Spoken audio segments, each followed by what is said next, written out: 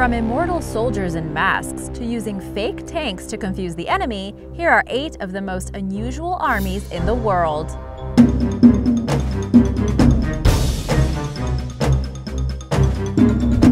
Number 8. 61st Cavalry Regiment. Horses have been used in warfare for over 5,000 years. Armies with horses were extremely powerful and had a huge advantage over the enemy.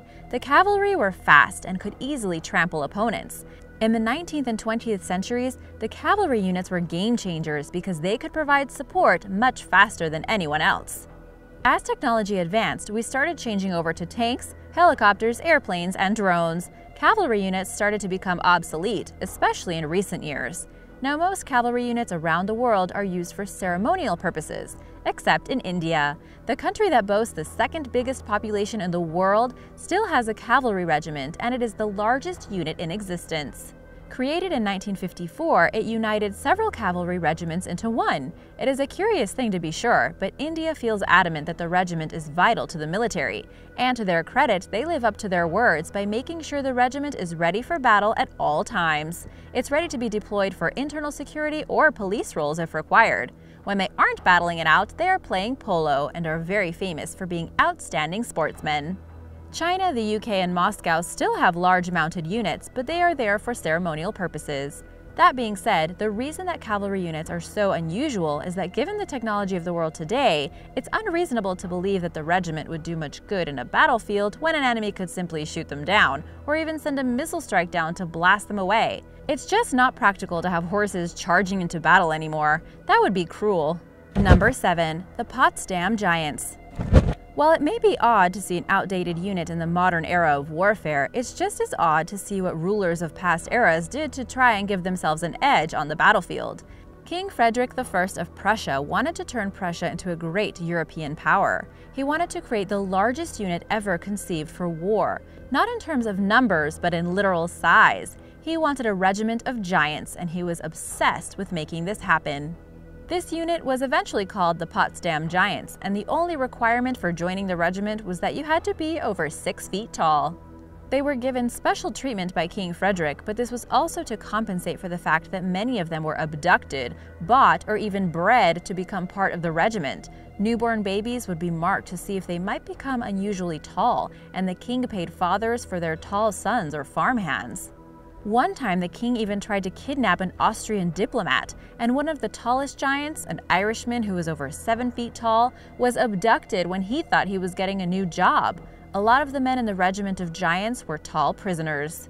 King Frederick used his wits and money to get tall men on his side, making his unit even bigger. But his grand idea for the unit was not done yet. He wanted this unit to last for generations, literally, so the tall men had to be paired with tall women in order to increase the odds of having more tall children.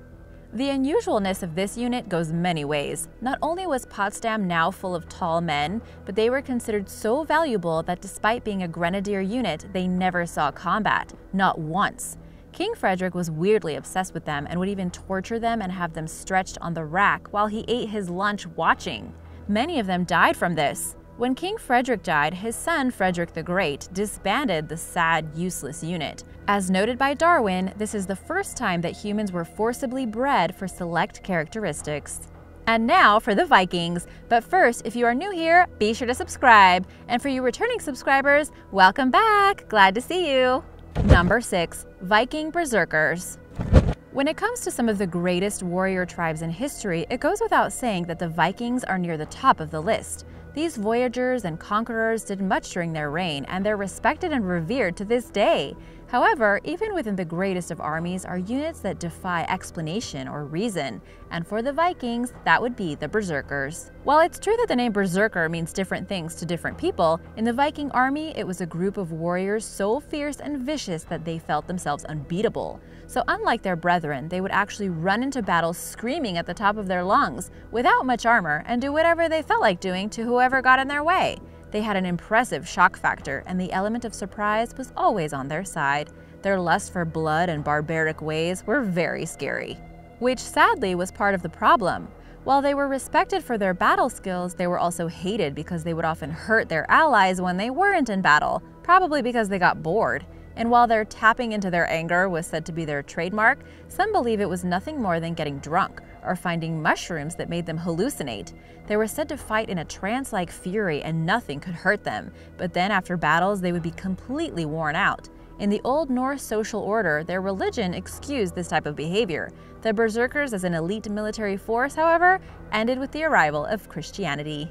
Number 5. The Filthy 13.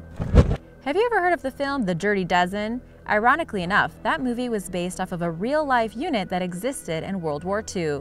They were a private unit in the legendary 101st Airborne. They were called the Filthy 13, and they were arguably one of the riskiest units the US military ever put together. Though they weren't criminals like the Dirty Dozen was, they were a bunch of oddballs, misfits, and overall not very traditional military soldiers. That being said, they were given a purpose. Mainly, they were to do missions that were deemed too dangerous for other units to do, and just as ironically, they were able to do those missions with great success. You might think that doesn't sound that strange, but here's the thing. This unit understood that they were very valuable, and that if they did something bad, they wouldn't be punished for it because they were a valuable military tool.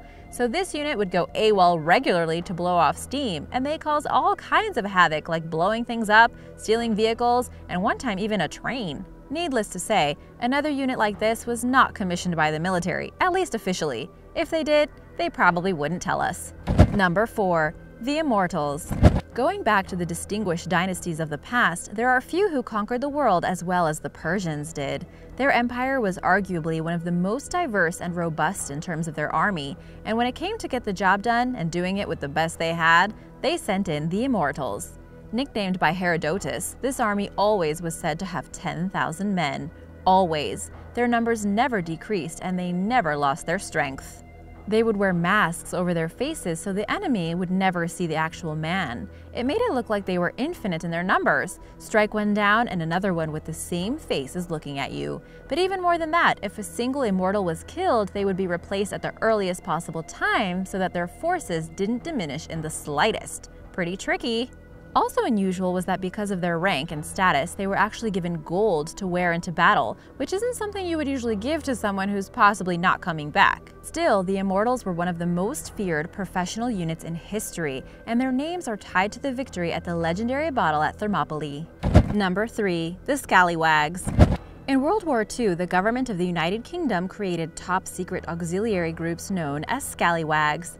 These men were trained in irregular warfare to help combat any invasion of the UK by Nazi Germany. They were authorized by Churchill himself to kill any top-level British official who was a German sympathizer in the UK if the Nazis were successful with Operation Sea Lion.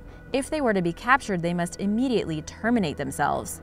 The group was kept in the dark about many things, including how many other scallywag groups were out there. Each group had about 8 people, and they lived as normal citizens with regular jobs, but at night they would form up and practice guerrilla tactics. These guerrilla cells had a list of potential collaborators, and they were trained to take out strategic targets. They disguised their mission by pretending to belong to the Home Guard, but they were often criticized for being cowards since they weren't off fighting. In 2013, they were finally honored for their secret service during the war. Number 2. Monuments Men. You might be familiar with the film that was made a few years ago that featured an all-star cast including George Clooney, John Goodman, Bill Murray, and more. And while that film may have seemed too extraordinary, too outrageous, it was actually very true. In World War II, the destruction all over Europe was causing damage to not just the people and their lands, but to the histories of numerous countries via their works of art. The Monuments Men were a unique unit made up of a group of curators, scholars, art historians, and more who were sent to the front lines of the war to try and guide the armies on how to win without destroying priceless works of art. Naturally, they met a lot of resistance. Who cares about art at a time like this? By the end of the war, though, the Nazis were determined to steal or destroy all the artwork they had looted, and so the Monuments Men worked hard to find and retrieve these pieces of art before they got them. And then the Russians aimed to take them for themselves, so they had to fight them off too, so to speak. In the end, the Monuments Men saved numerous paintings, statues, and other works of art that are still proudly displayed in the museums of the world today. Number 1. Ghost Army. One of the oldest tricks in warfare is to make your enemy think that you're bigger than you are. This was used by legends like Alexander the Great, the Roman Empire, and even the US and UK forces during World War II. But it was during the year 1944 that the Ghost Army really got their name. This wasn't a real military unit. Rather, it was a group of artists and designers who made fake yet believable tanks and jeeps, and they would set up these fakes in open sight of the German forces.